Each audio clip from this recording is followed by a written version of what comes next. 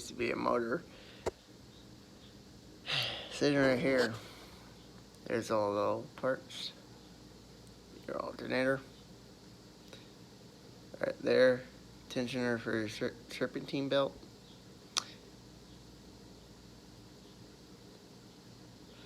Your accelerator cover. Your bracket for your power steering. And another tensioner. And then the AC compressor that fits on those bolts right in there. And underneath the power steering bracket is your alternator bracket. All nuts, bolts, and hardware is all in the same spot. Now I wish I can show you guys how to install a 1-ton heavy duty, or basically 2-ton, heavy duty hoist. Now I can always all tear this all apart and put it all back together, but that's going to take some time, which I already kind of know how to do. First thing first, after you get the box open, I just saw that part. First thing first is when you get the box open, you have this part here. This is your base frame. You get a tire here, down there, here, and here. They take a 15 millimeter box end opening or 14 millimeter lock nut and a lock nut washer and a I forgot what was that called, lock nut washer and a nut on the bottom. You get a 15 millimeter box end opening, or if you want to do it a lot quicker, which I prefer, a 15 millimeter socket, short socket. This already comes with it. This will be already out or in the box, which you can see right here. You have your order manual right here. You get another one anyway, but that's usually what it looks like right here. All your parts, all in sequence. So you get these, and this that would hold this up, which I can tell you after the base. Either you can put this main frame that's gonna have this part like this up here, down there. What I used was a crescent wrench because I don't have any big enough size opening box ends or a socket. If it is, it'd be a 1/2-inch socket drive to get this, but I torqued the hell out of these to get them tight. So what I did instead is went to your stabilizers, which the wheels are going to be the same as in the back, which would be a 14 millimeter box end opening inside on the lock nut washer and the nuts, and the bottom is 15 millimeters. After you assemble that, you can either fold it or just leave it down. Then next one is going to be your tower, your pivot tower. So when you lower this shock up and down, it's going to go down or up. Then you get your shock tower supports, which I bent the hell out of this one, which you can tell. This one has a slight little angle. That one goes all the way in and out, if it doesn't break on me. After you get that all secured, then you go to your crane. Your crane, like right now, I have it on what is that? A quarter ton, which can lift. Or you can put on a ton, but it won't reach. That's pretty much for cars. That would be for cars. That one somewhat can reach all the way back. I put in a one and a quarter ton. Then after you put that, you're supposed to put these in, but it never seemed to want to fit. So I just took another one right here and then just mounted that. That's this finger tighten, so I can untighten it if I wanted to. It's not. Same thing with the bottom. Same things on these other stuff. After you get that there, then you can get your leveler.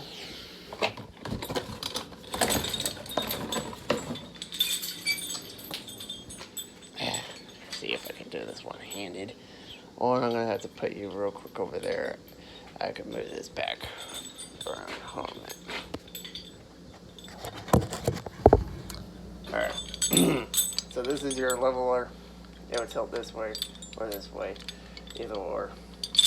You got these almost 90-degree bends right here, 45-degree bends on 4 chains, which is all right here, where you put these into your valve cover.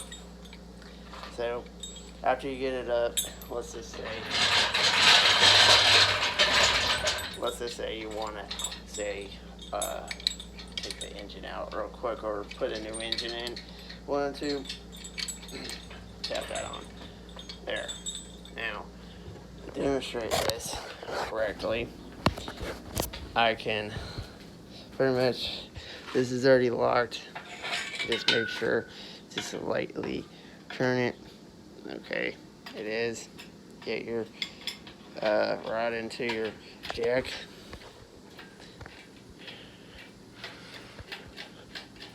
And see, now it's raising up, raising up, raising up. And then how you can tell if this leveled, which it semi. I can show you real quick how to do that. See this red handle right here? Easily, well, you can't really see it that good. Thing, you see it better right there, so let me press my camera on. Yeah, you can see it somewhat. Anyway, so you can do it this way. This will pull it down, and you can angle it this way and this way. Go this way, back towards you.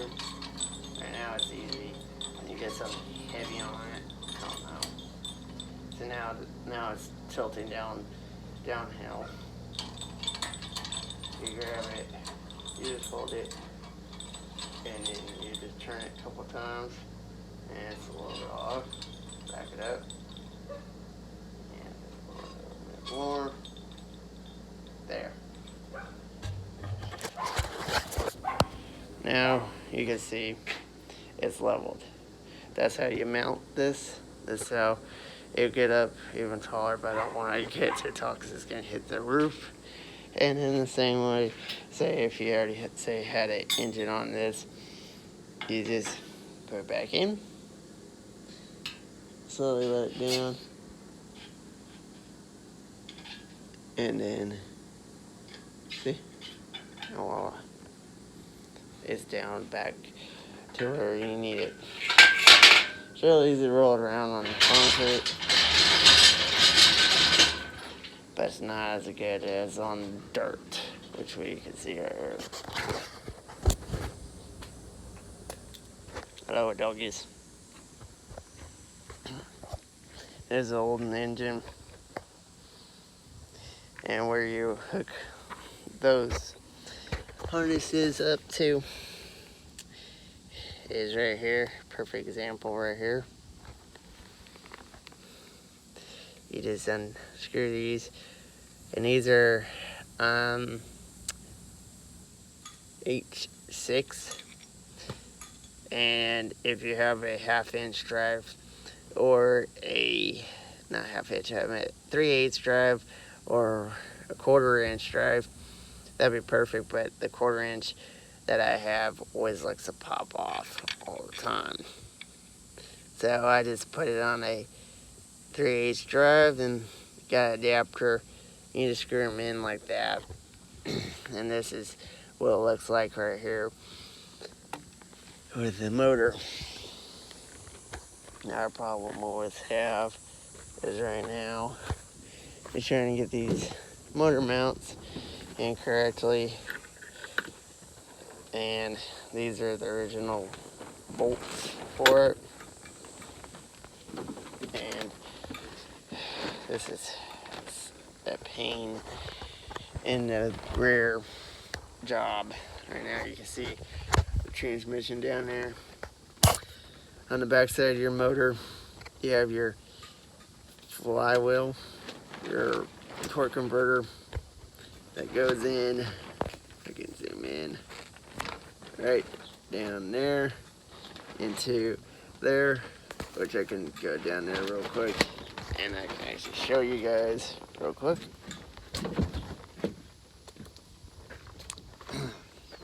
You gotta drop the transmission, take out the drive shaft, and on top of it, turn on to lose all kinds of tools.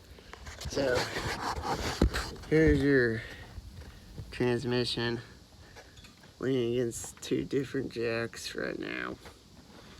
There's the motor mount right there. Here's your bolts that go right here with your transmission mount bracket, which is right there, which you can see. Here's your drive shaft. You got to disconnect your drive shaft, beat it a little bit with a sledgehammer to pop it out, get it out of place to take this transmission off. Your bell housing right there, which I can possibly get down under there. My belt. Scaring up too much crap right now. Now here's another motor mount. Right here. Here's this motor mount right here. And sometimes it doesn't like to work. I'll put that there. I'm trying to keep everything in almost one spot as we speak to get able to get this thing out. So here's your transmission, your jacks. Obviously, it'd be the best bet is easily do stuff. Alright.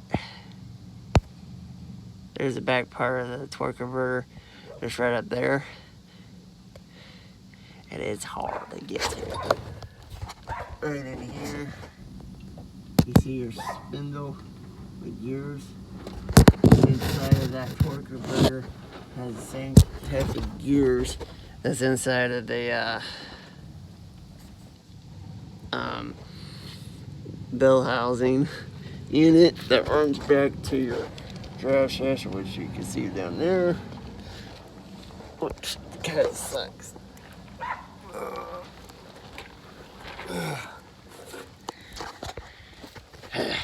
So this is like a quick how to do, put stuff up, and on top of it, how to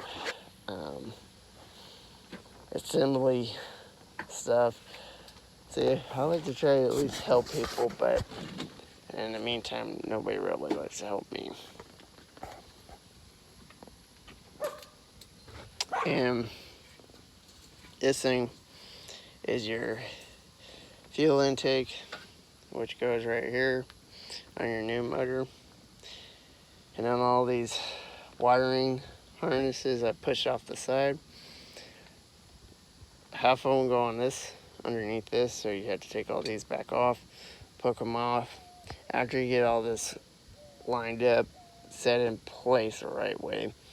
This is a problem, as always. It's always been a problem with me.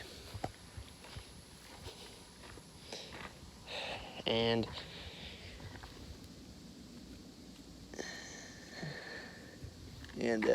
it's always hard to really try to get this here. I always took out transmissions. The first time I took out a transmission, like on a two-wheel drive like this, was a day job. Got it out. There's nothing wrong with it, but never took out the engine. Oh, here I am right now with the engine. You could call these an engine hoist or a cherry picker. Those are different names for them. And why they call them cherry picker, because they have this crane, which you can actually hook up if it had a hookup spot on the engine, which is usually a big hook, like a O, and that hook would just go right in, and then you can pull it out after you disconnect it.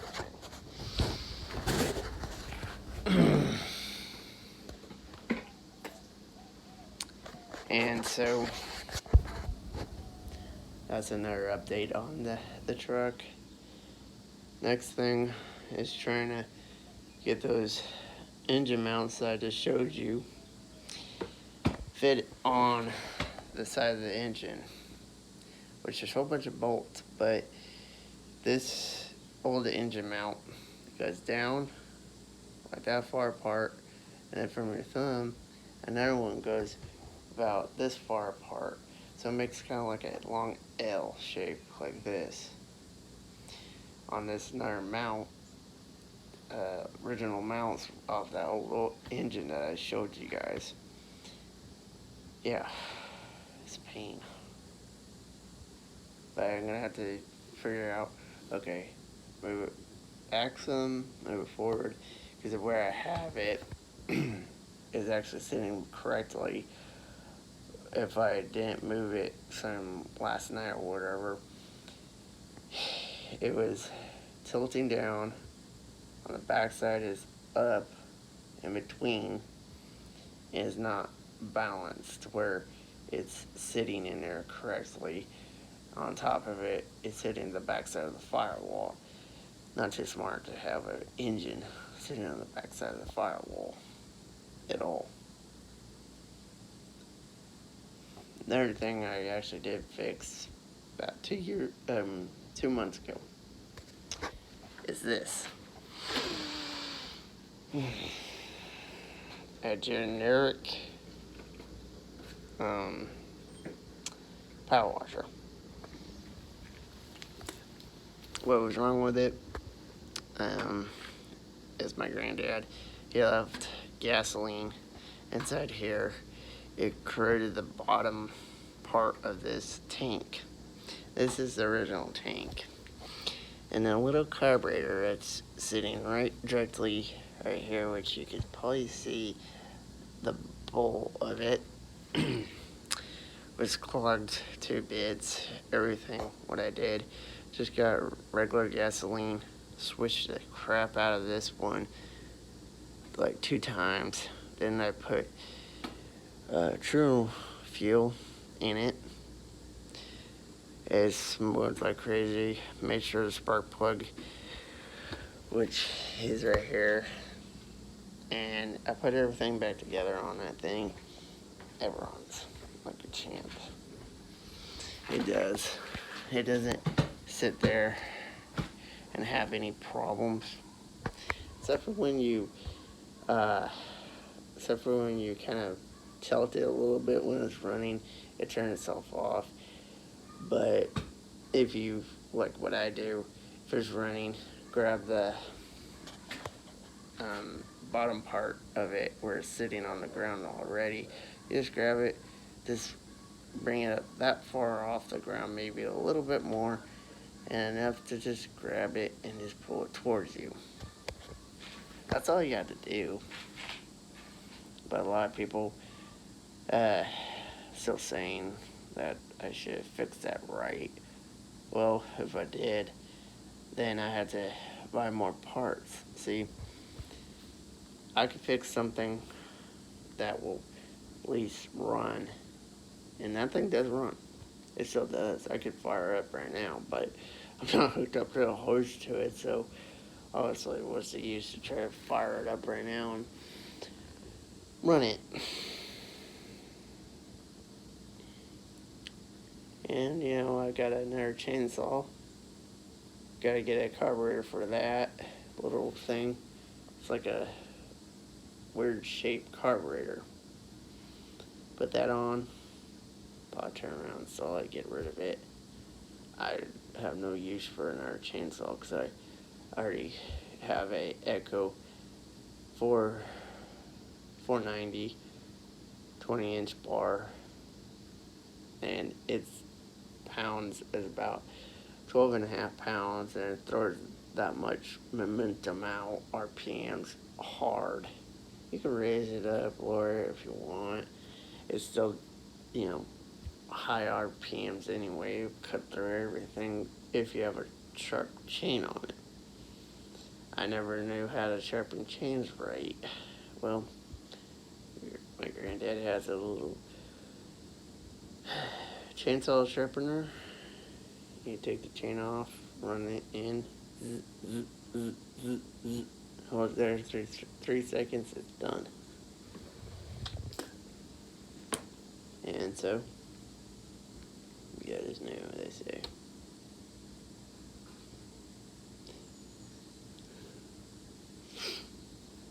But yeah, it's pretty good.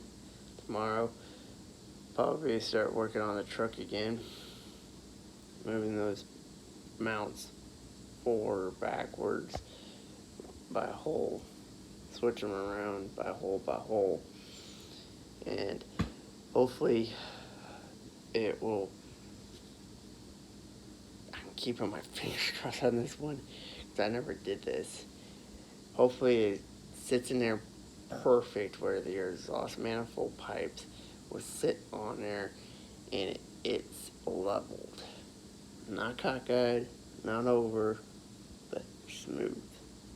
Then I can hook up that transmission back up, hook up the drive shaft back up to it, and then mount the bell housing bolts back up, the starter, the electrical system to the starter, everything back up to it, and hopefully by then, just get the key and hopefully it ignites. Might have to fuel prime it 5-10 times, you know, turn it on and off to get that fuel circulating in there, to get that pressure built back up into the engine, everything else, fill it back up with the what's that called, oil and everything else. But hopefully everything is smooth sailing that way. If not, then, well, what it is, what it is.